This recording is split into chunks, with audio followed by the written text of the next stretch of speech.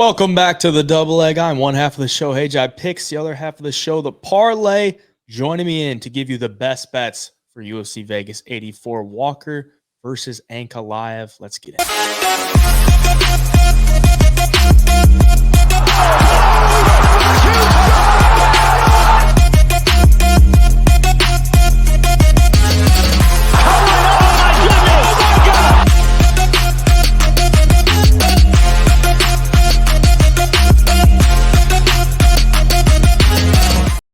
If you're tuning into this show, congratulations, because this is the first ever Double Leg Best Bets show. We're doing this every week. Starting this year, starting the new year off, 2024, we're going to give you the full card breakdown early in the week. And then later in the week, we're going to drop our best bets that contain our best betting favorite bet, our best underdog, and then a prop bet at the end that we think could hit. And they're almost always going to be plus money at the end. So you're really getting 2 plus money plays and then a solid favorite to get down on. Some free game for you. Before we jump into the picks, what are you thinking? Kind of last thoughts going into the card. I mean, we broke it down already. If you haven't seen that, go check that out on the channel. We'll put the link in the description for that. So if you have any questions on any of the other fights, they'll be all right there. We'll answer those questions. But what are you thinking about the card?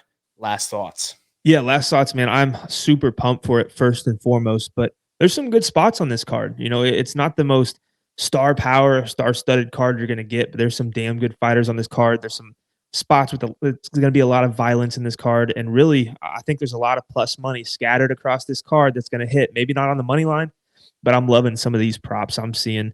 A couple of dogs I'm liking, and a couple straight money line bets as well, and we'll get into it. Yeah, we got a lot of fights with some pretty wide lines. We're not going to give you those big minus 800s as our best favorite. All right. We're never going to do that to you. We usually try to keep it under like minus 250, minus 200, try to give you the best value. But yeah, let's jump right into it.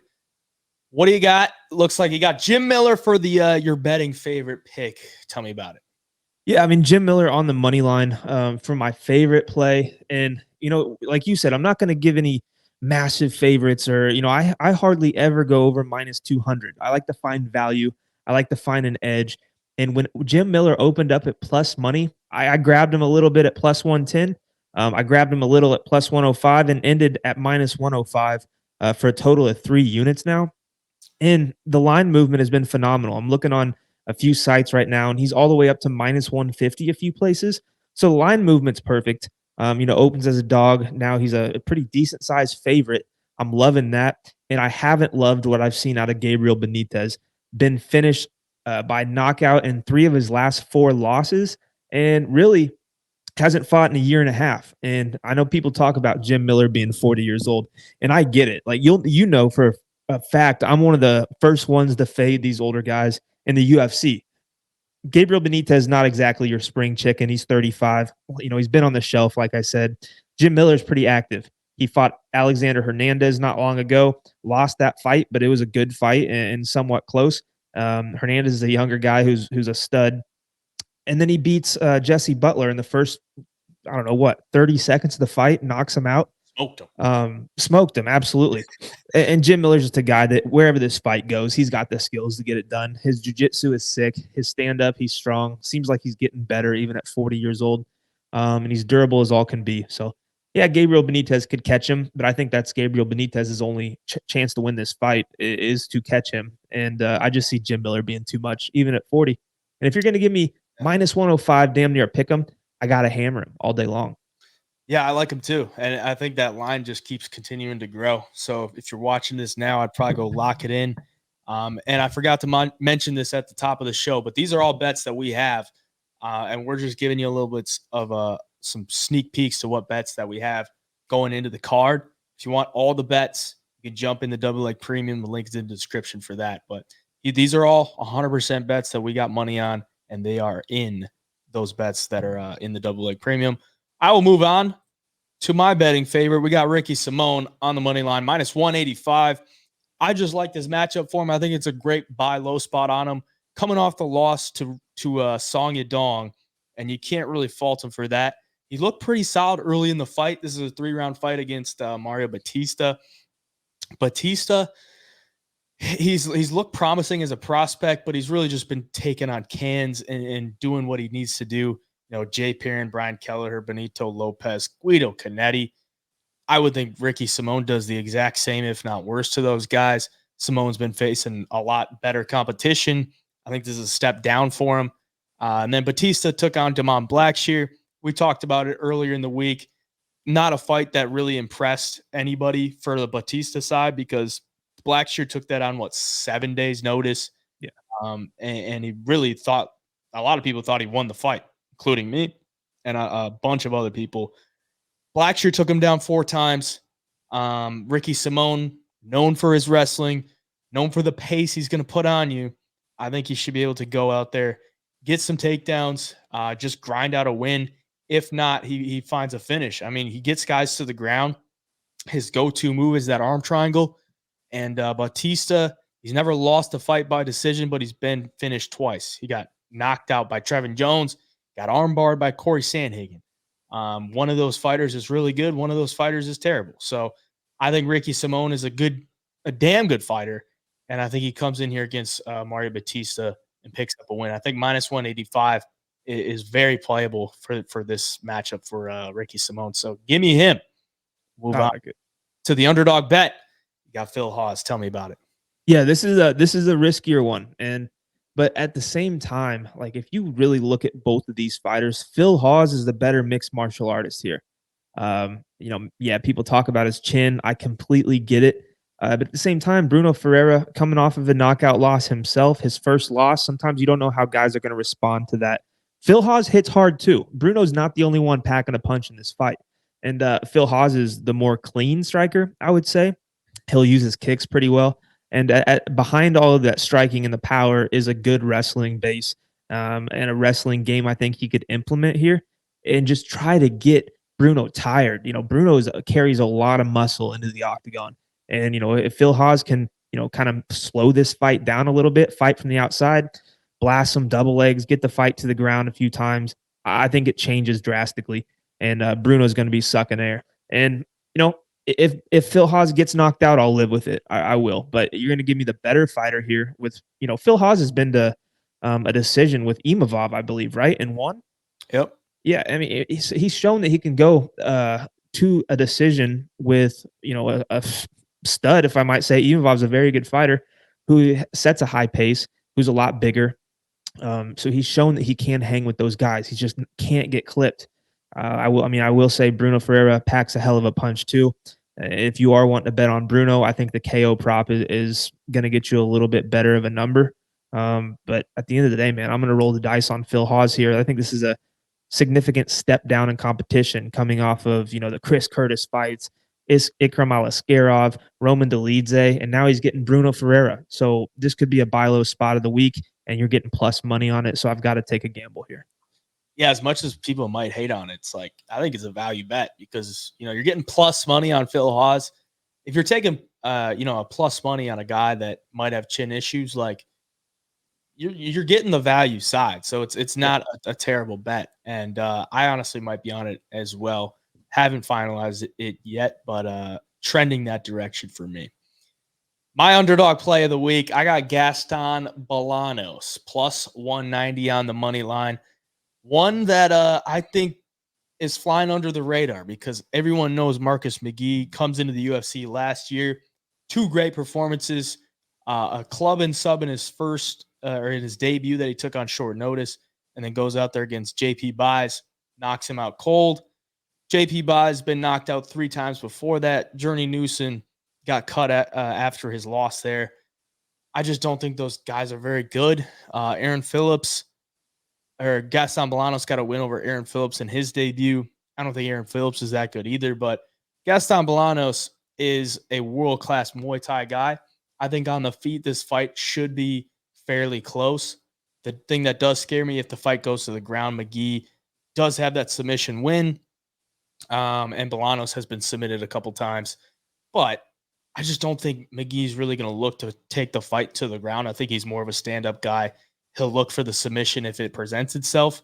But Gaston been training at AKA, I feel like moving into more of his fights, you'll see the improvements in the ground game. And on the feet, I think he can match Marcus McGee. So the value play here, I think, is Gaston Bolaños. I know it's not a sexy pick. I know everyone thinks or everyone's expecting good things for Marcus McGee, but I'll take the flyer on Gaston Bolaños at the plus money. And you're getting near 2-1 there. I think it's worth a little bit of a shot there. So you got anything on that one before I move in? No, I wasn't confident enough to put McGee in any parlays or take him even on the money line here. But I do have a prop coming up on him. We'll be on opposite sides a little bit, but from a value standpoint, like if you're taking one of these fighter on the money line, it's dog or pass. Because at the end of the day, Marcus McGee's fought cans in the UFC.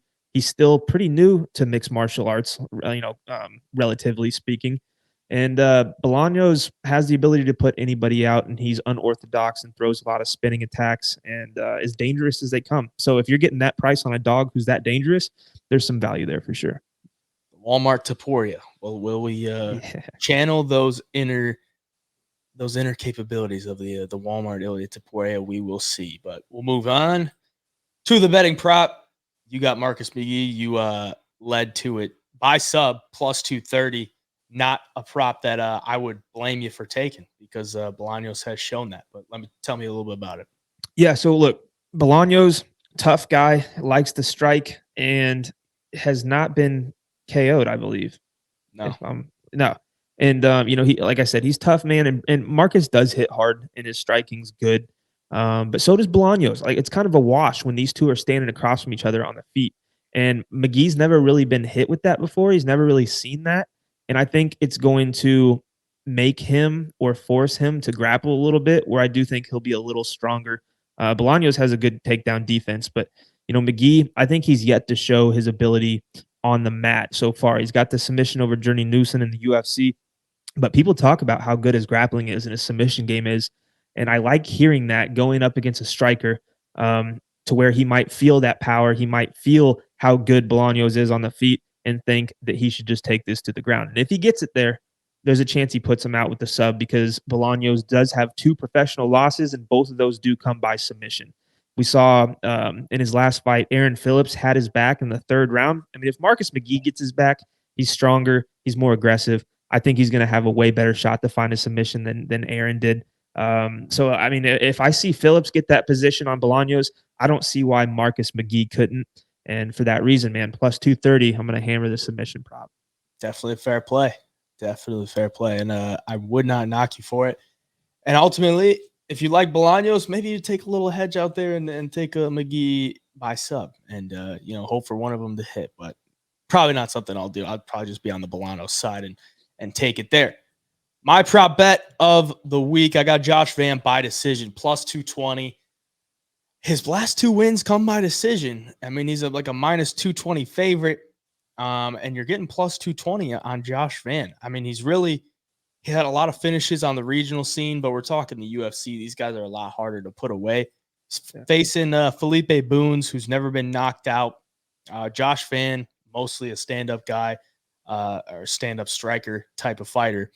And Felipe Boons most likely is going to feel that early, try to get the fight to the ground. Honestly think this could be kind of a back and forth fight. Josh Van landing on the feet. He does have a reach disadvantage, which I don't necessarily like, but I think that will allow him to see the scorecards because he's going to have to figure that out, that reach disadvantage, get on the inside. He has a lot of volume. I think overall, this fight goes to decision, and I see the judges giving Josh Van the win based on damage because Felipe Boons, like I said, probably going to look to take the fight to the ground, may have some success with it, maybe even threaten with some submissions. But when it comes down to it, we've seen it time and time again. The judges are basing it off damage. I think on the feet, Josh Van will do more damage. And at plus 220, I think it's just a great value bet. He's won his last 2 fights by decision. You're getting a guy that's never been knocked out. He's probably not going to go in there and submit Felipe Boons. Now that I said that, he might go do that, but I'm hoping he doesn't. I'm going to bet that he doesn't. Josh Van by decision plus 220. I'm all over it. I like it. I like it. And those are the best bets for UFC Vegas 84. We'll go to the full screen. give you some last thoughts. Once again, those 3 bets we're all on for the double leg premium. They will be in there. But if you want all the bets for the double leg premium, jump in the link in the description. $39.99 a month gets you every single UFC card every week. And moving into this year, we brought a lot more value into the Discord. Brought a couple guys that are great UFC bettors, but also great cappers outside of the UFC, basketball, football, soccer, tennis, all the good stuff. They're dropping daily plays in there. So shout out to them, Ding and Mad Dodger. Shout out to them because they've been doing some good work in the past, and we expect him to continue to do so. Any last thoughts before we head out of here and we can watch some fights on Saturday? Yeah, the community's growing. Like you said, tons of value in the Discord right now. UFC, our main sport, what this Discord was built on, is back this Saturday. I cannot wait, dude. Like I said, lots of places to make money. We've been looking at this card for 3 weeks now, and it's almost finally here. It's almost time to cash out, and I'm pumped for it. I'm pumped for it too. I feel good about this card. I mean, we'd had damn near a month to look at it, think about it, find the right reads, and move it into it. I feel confident, and I'm just so happy we get to get back to the bread and butter of the UFC betting. So shout out to y'all. If you're watching here, drop a subscription for us and hit the like button for us. It helps a lot. Maybe drop a comment if you like the picks or the bets or not. We're not going to knock you for going against us, but if you like them, let us know down in the comments. Stay up to date at the double leg. An additional free pick will be there on Instagram at the double leg on Saturday. And of course, at Hey Jai Picks on the medias for me. I'll drop some free plays as well on Underdog and the parlay play. Where can they find you? All social media is at the Parlay MMA. All right. Good luck this Saturday. The double leg here.